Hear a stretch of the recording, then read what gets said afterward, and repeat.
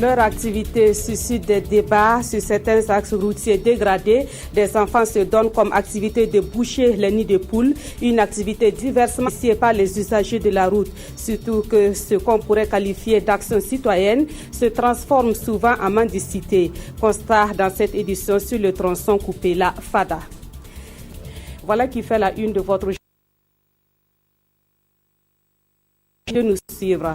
Tout d'abord, sachez que les magistrats burkinabés sont passés à l'action. La grève annoncée dans les tribunaux est effective depuis ce mercredi matin. Une grève que les magistrats observeront jusqu'au 29 février prochain pour réclamer meilleures conditions de vie et de travail. Une de nos équipes a fait un tour au palais de justice de Ouagadougou pour faire le constat sur l'effectivité de cette grève. Mokhtar Ouedraogo et Omar Zombri. Comme mercredi aujourd'hui, initialement prévu pour des audiences civiles, il n'en est rien. Au palais de justice de Ouagadougou, aucun prévenu à la barre, ni d'avocat et encore moins de juge en témoigne ce fauteuil vide de la salle d'audience numéro 1. La grève des magistrats est la cause de cet arrêt momentané de fonctionnement des tribunaux. Les magistrats prévoient une grève d'une durée de 7 jours et qui s'achèvera le 29 février prochain. Chose qui pourrait laisser des séquelles sur toute la chaîne de justice, car durant ces jours de grève, toutes les audiences civiles et correctionnelles sont ajournées. Les seules portes encore ouvertes au palais de justice sont celles destinées aux tâches administratives telles que la réception des casiers judiciaires, les certificats de nationalité, délivrance des expéditions et autres, des tâches dévolues aux greffiers. Je vous le disais en titre, pour allier les villes de Kupela et Fadangourma, les usagers de la route nationale numéro 4 doivent composer avec ce qu'on appelle communément les nids de poules. Pour réduire les calvaires des usagers, des enfants se lancent dans une activité qui consiste à boucher ces trous béants sur la route. Une action citoyenne certes, mais qui de plus en plus prend la forme d'une mendicité. On fait le constat avec Nes Yougbaré et Mamadouba. Le phénomène prend de l'ampleur. Au mépris des règles de la circulation, ils arrêtent le cul, parfois à vive allure. Sur le tronçon Fada-Kupela, ces jeunes demandent de l'argent pour services rendus, disent-ils. Munis de charrettes, pelles, pioches, ils bouchent par-ci, par-là, des nids de poules.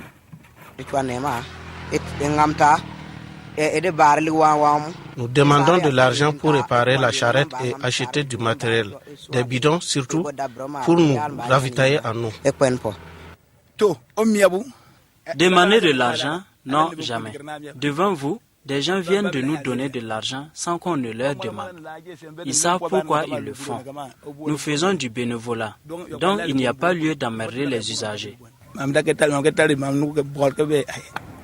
Tout en reconnaissant le bien fondé de cette action, certains usagers déplorent des méthodes peu orthodoxes des riverains. À un certain moment, ils sont là, ils attendent seulement de voir les véhicules arriver et là ils courent, faisant semblant de travailler. Question simplement de storquer quelques sous aux voyageurs. Ça rime un peu avec une sorte de mendicité, pour ne pas dire même de l'escroquerie. C'est pas normal ce qu'ils sont en train de faire vraiment, parce qu'ils sont en train de faire ça de leur propre volonté. Et c'est leur milieu, leur endroit aussi. Mais ça les empêche aussi d'aller à l'école, parce que s'ils sont habitués à ça, là, ils ne vont plus à l'école encore. D'autres, par contre, pensent qu'il faut plutôt encourager cette initiative citoyenne. Ça fait 2 ans que je suis là. Mais dès que je les vois seulement, même si c'est 5 francs, c'est 10 francs, je jette sur la route. Pour les encourager, puisque c'est des gens qui travaillent. Même la mairie doit s'occuper de ses enfants.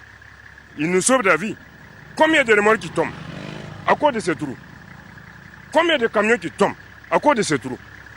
Ce qu'ils font là, c'est un travail qui arrange tout le monde. Donc voilà pourquoi j'ai remis ce que j'en ai aussi, pour le remercier à leur bienfait. En attendant la réfection de cette route nationale, les riverains se frottent les mains. Ce travail qui les occupe de 8h à 18h les permet d'empocher entre 6 000 et 10 000 francs CFA par jour.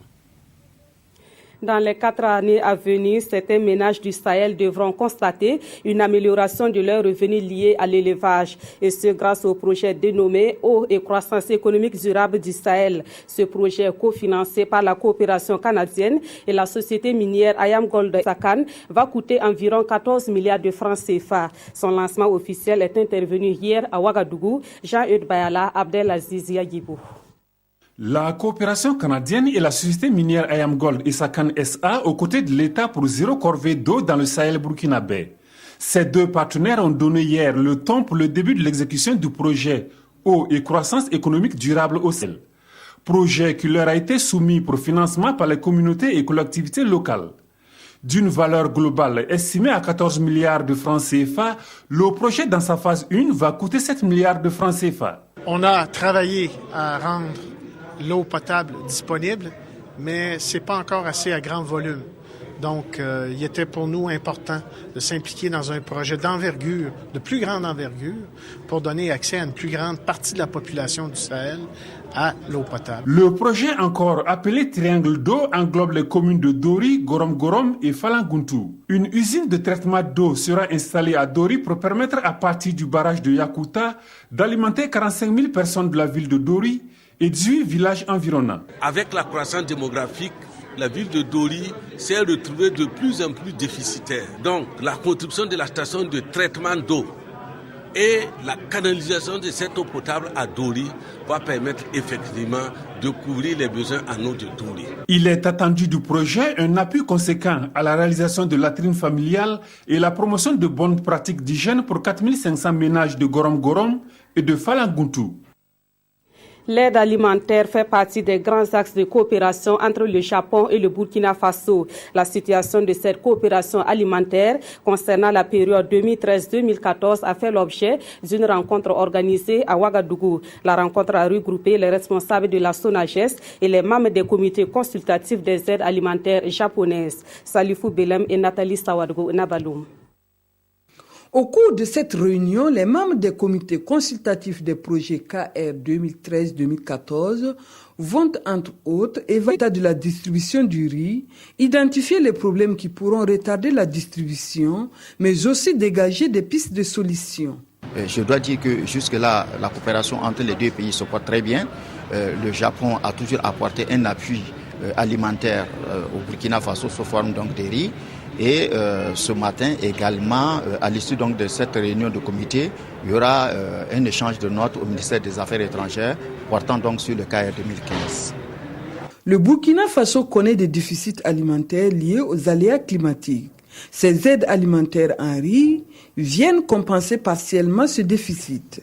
Son Excellence M. Ftaïchi, notre ambassadeur, et Son Excellence M. Bari, ministre des Affaires étrangères, de coopération et de burkinabé de l'extérieur, vont signer échange de notes pour le KR2 2015.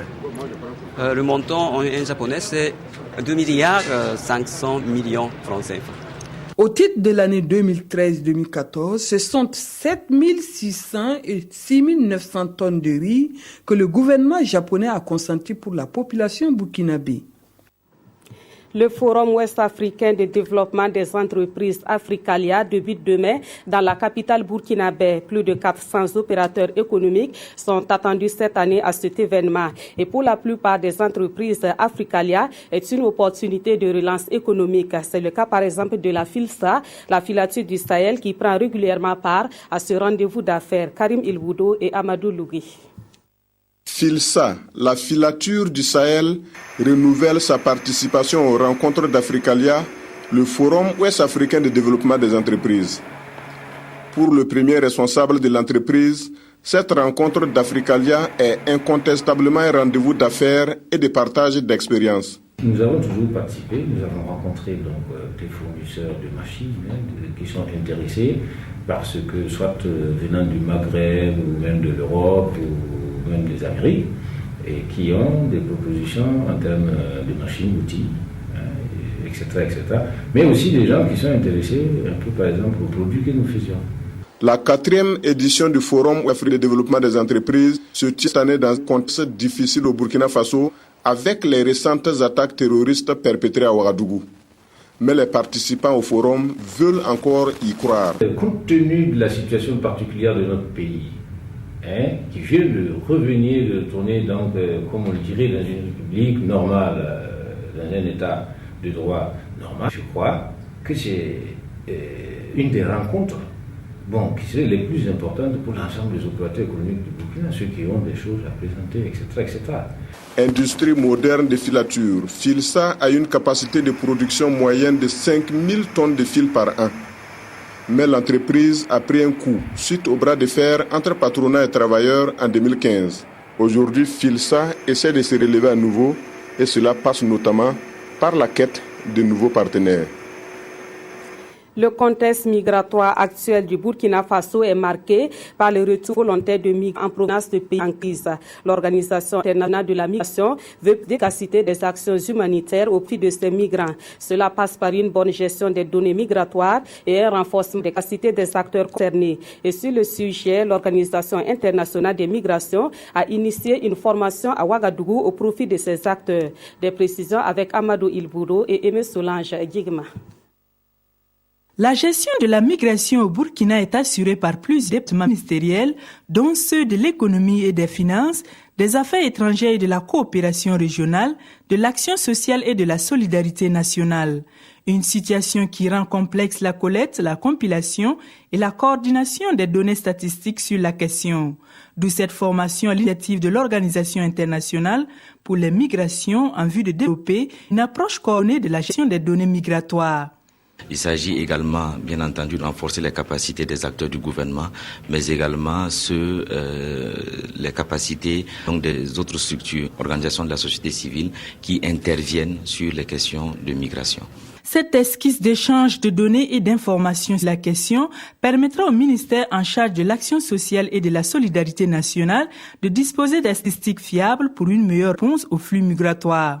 Le Burkina Faso est une terre de départ, de transit et surtout de retour, malheureusement de retour non préparé et non volontaire. Donc je crois que cet atelier va nous permettre de jeter les bases d'une réflexion féconde pour pouvoir faire face à cette problématique. Les participants auront à amender les recommandations faites dans le rapport de l'étude d'évaluation et à définir une ligne de conduite pour l'élaboration du manuel de suivi-évaluation de la stratégie nationale de la migration. Sport dans cette édition. Hier soir, les étalons juniors se sont imposés face aux Panthères juniors du Gabon par le score d'1-0. Il s'agissait d'un match amical entre ces deux équipes, mais cette rencontre entre aussi dans le cadre de la préparation des éliminatoires de la CAN Junior 2017. Les temps forts de la rencontre avec Amadou Ilbouro et Jean-Modeste Ouedraogo. Exempté du premier tour des éliminatoires de la Coupe d'Afrique Junior, dont la phase finale est prévue sur le sol zambien en 2017, le Burkina Faso et le Gabon répètent leur gamme. Les garçons de Moussa Sanogo Falcao ont ici l'occasion de tester leur niveau réel. Le match connaît un début poussif, mais les jeunes burkinabés dominent largement les débats. En témoigne cette double occasion de Mohamed Kahan, repoussé par le portier gabonais. La défense gabonaise est à la peine, mais ne cède pas. Dans les arrêts de jeu de la première période, le capitaine des étalons, Abbas Kwanda, d'une frappe sourde, fait briller Jean-Noël Amonomé. Mi-temps 0-0. En seconde partie, le maître à penser des étalons fait entrer Cyril Kman et Zoumana Traoré. Un choix payant puisqu'à la 84e minute, Cyril Kman reçoit une passe 5 étoiles et ajuste le portier gabonais pour l'ouverture du score. 1-0, c'est le score final. C'est le bloc équipe qui était véritablement en place. Ils ont respecté tout ce qu'on leur a demandé. On a demandé de défendre au niveau de la ligne médiane. Ils l'ont bien fait. Ils récupèrent bien le ballon, mais c'est, comme vous l'avez dit, c'est au final des problèmes. La première passe et aussi au niveau de la finition. On a 4 hommes, donc plus composé. Et c'est celui qui a joué à gauche à latéral droit. Nous avons parce qu'il n'a pas les mêmes attitudes quand il est à droite que quand il est à gauche. Maintenant, l'équipe du Burkina, c'était une équipe athlétique. On savait qu'il y avait eu le combat physique. Le tapis synthétique nous aurait gêné également. Gabonais et Burkinabés se retrouvent sur ce même terrain vendredi sous l'eau de 15h30 pour le match retour. Ce sera le match de la revanche ou celui de la confirmation. La naturalisation de l'ancien président burkinabé Blaise Compaoré comme citoyen ivoirien est désormais officielle et le sujet est allié dans la écrite de ce mercredi. Les quotidiens de ce jour se sont également intéressés à la rencontre entre Paul Kabateba et les organisations syndicales du Burkina Faso. Des précisions avec Sibidi Issa Lankwande. Le premier face-à-face, Paul Kabateba, centrale syndicale, est en une dans la quasi-totalité des parutions du jour. Foison de titres, mise en jambe avant le marathon du dialogue, une matinée syndicale à la primature. Teba écoute la voix des sans-voix. Paul Kabateba regrette certaines mesures engagées par la transition. Le gouvernement montre sa bonne foi et sa volonté à satisfaire les préoccupations des populations. Des mesures sont en cours dans les domaines de la gouvernance, de la valorisation du capital humain et l'amélioration des conditions de vie des populations. Même si le Premier ministre regrette certains engagements pris sous la transition, son gouvernement ne les réunira pas pour autant. Les syndicats, eux, préviennent « Notre comportement dépendra de celui du gouvernement ». Et sur les vérités de Paul Kabateba sur la situation économique du pays, les syndicats rétorquent que ceux qui ont battu campagne et qui ont été élus doivent s'assumer. Blaise Compaoré, naturalisé ivoirien par feu judiciaire, s'interroge aujourd'hui au Faso. Ce n'est pas le fait que l'ancien président prenne une deuxième nationalité qui pose problème, pointe le journal, mais plutôt le contexte dans lequel survient cette naturalisation, surtout que l'on sait qu'il traîne un dossier judiciaire dans son pays d'origine. Il fait l'objet d'un mandat d'arrêt international dans l'enquête sur l'assassinat de Thomas Sankara. Serait-ce donc pour fuir la justice que Blaise Compaoré endosse ce pare-feu? C'est connu, poursuit le journal. La Côte d'Ivoire n'extrade pas ses ressortissants, même si Laurent Gbagbo et Charles Blé Goudé subissent en ce moment un interrogatoire à la CPI en territoire hollandais. Extradera, n'extradera pas. Aujourd'hui, au Faso, on croit savoir que non. Vraisemblablement s'ouvrira une hypothétique commission rogatoire et peut-être un jugement en terre ivoirienne. Et voilà qui met fin à cette édition. Merci de l'avoir suivi. Très bon après-midi à toutes et à tous.